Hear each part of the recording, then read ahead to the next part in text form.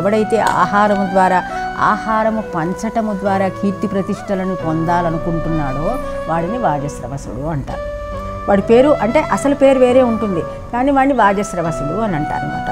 So అట్లా ఆహారము పంచటం అనేది చాలా గొప్పదైనటువంటి యజ్ఞం అని అనుకుని ఆ విధంగా ఆహారం డిస్ట్రిబ్యూట్ చేసేటటువంటి యజ్ఞాలు, ఇప్పుడు మనం చేసేది కూడా యజ్ఞమే. యాక్చువల్గా దీనిని కూడా యజ్ఞం అంటారు. గీతా జ్ఞాన యజ్ఞం అని ఎట్లా అంటామో ఆహారం పొట్లాలు ఇవ్వటం కూడా ఒక యజ్ఞం లాంటిది.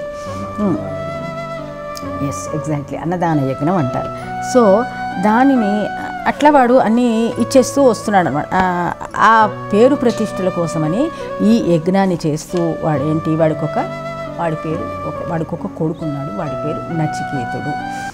నచికేతుడు అనగానే ఏంటి, ఈ వాజస్రవసుడు అనే మా పేరుకి ఎట్లా అర్థం ఉందో, అంటే ఆహారం అన్నదానం చేసేవాడు అనే పేరు ఎట్లా విరుగులాగనో, ఈ నచికేతుడు అంటే కూడా ఏంటంటే లోపల నిజానికైతే ఆత్మతత్వం తెలుసుకున్నవాడు అని అర్థం వస్తుంది. అంటే లోపల ఉన్నటువంటి అసలు శక్తి, అసలు లేటెంట్, దాన్ని ఇంగ్లీష్లో అంటే లేటెంట్ హీట్ అంటాం.